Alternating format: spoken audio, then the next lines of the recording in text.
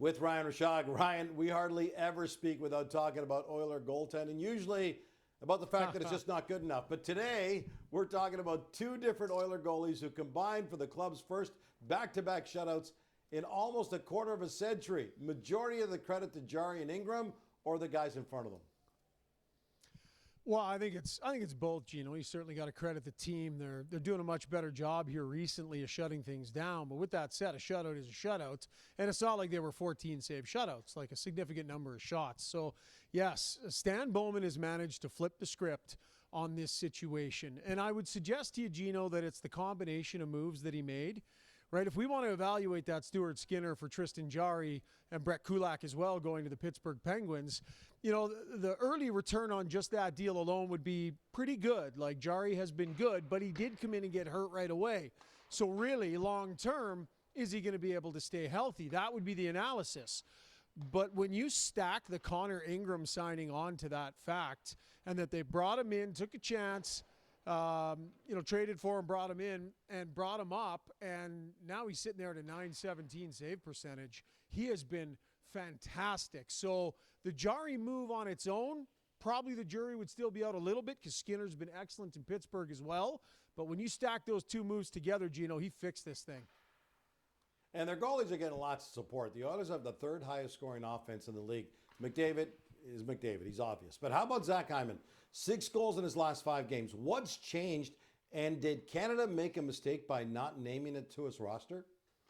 Well, I guess we'll find out, right? If they win gold, then all the decisions were right and no mistakes were made. And if they don't, then by all means, it's a free-for-all. As far as Zach Hyman goes, I think Hyman himself is even a little bit surprised that he was able to come back, admittedly a little bit early, from what was a devastating injury. That was not your average, wrist forearm injury. That was a major.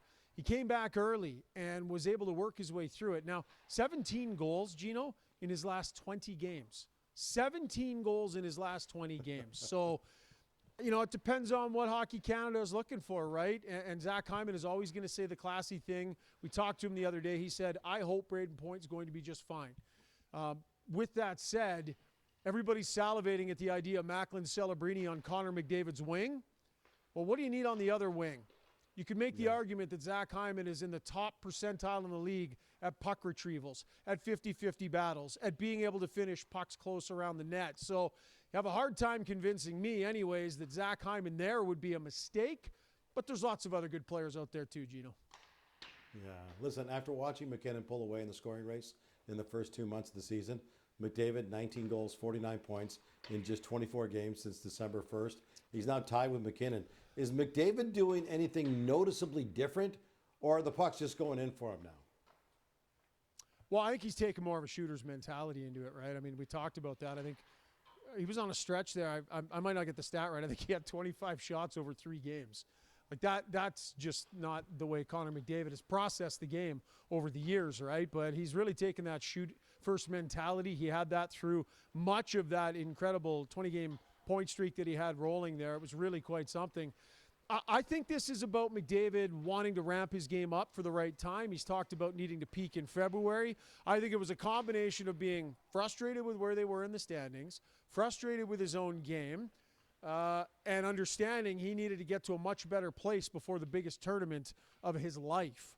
And so what we're seeing is Connor McDavid conjuring up all of his skills, summoning all of his efforts, and applying it over a 6-7 week stretch. And it really is something phenomenal to be watching. And we're all enjoying watching it. So the Olympic trade freeze kicks in February 4th. That's just over 2 weeks away. Stan Bowman, as we mentioned, has already been very busy and very successful so far. Anything else he's looking for on the trade front for sooner rather than later? Yeah, a bit of a debate around town here. Is it a top 6 winger or is it a third-line center? It all depends on where you feel Ryan Nugent-Hopkins belongs. Through much of this streak that McDavid's been on, Nugent-Hopkins has been riding shotgun right next to Connor McDavid. He's an excellent complementary player on that line, but it does thin the Oilers out a little bit down the middle. And so they've tried Adam Henrique there. He's hurt right now. I'm not sure that that's still the role for Adam Henrique. Trent Frederick hasn't settled into that spot in any way, shape, or form. Curtis Lazar has been really good. They've even tried Jack Roslovic there.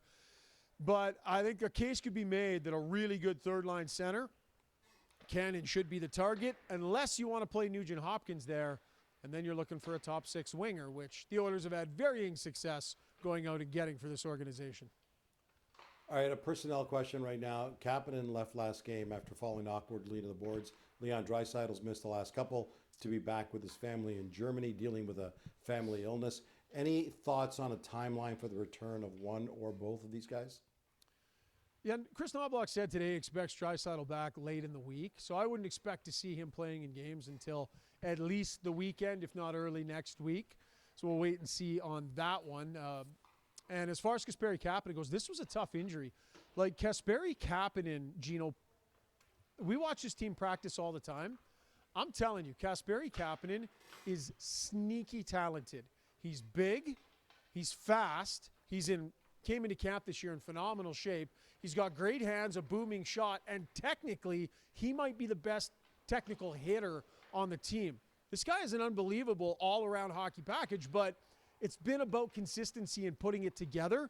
He looked like he was finally putting it together. He was playing on the second line with Leon Draisaitl. He was piling up the points and piling up the quality minutes.